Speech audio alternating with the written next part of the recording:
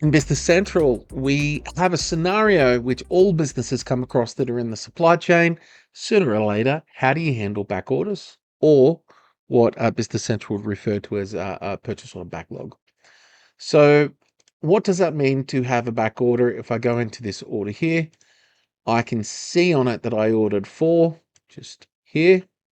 And if I scroll over, I can see, but I received 3 and 4 versus 4 and 8, and there's 1 and 4 remaining. And this order was a significant time ago, and there's a very low probability that this is actually going to be delivered on. All right.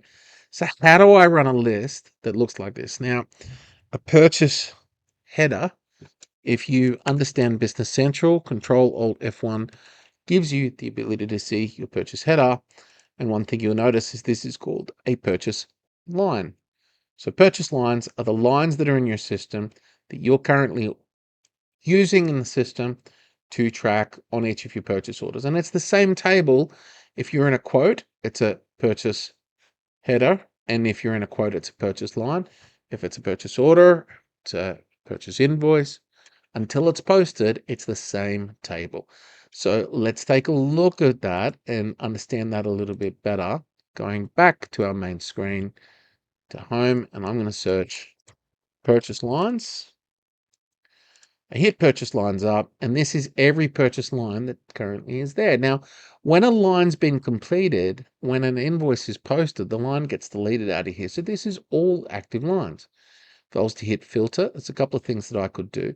Now, I've gone and done this before, and I saved a setup, but I'll show you how to create it. That if we said, well, the document type, it's a quote, order, invoice, credit, I'll just go order. And the type, the line type is an item. Don't want any GL codes, okay?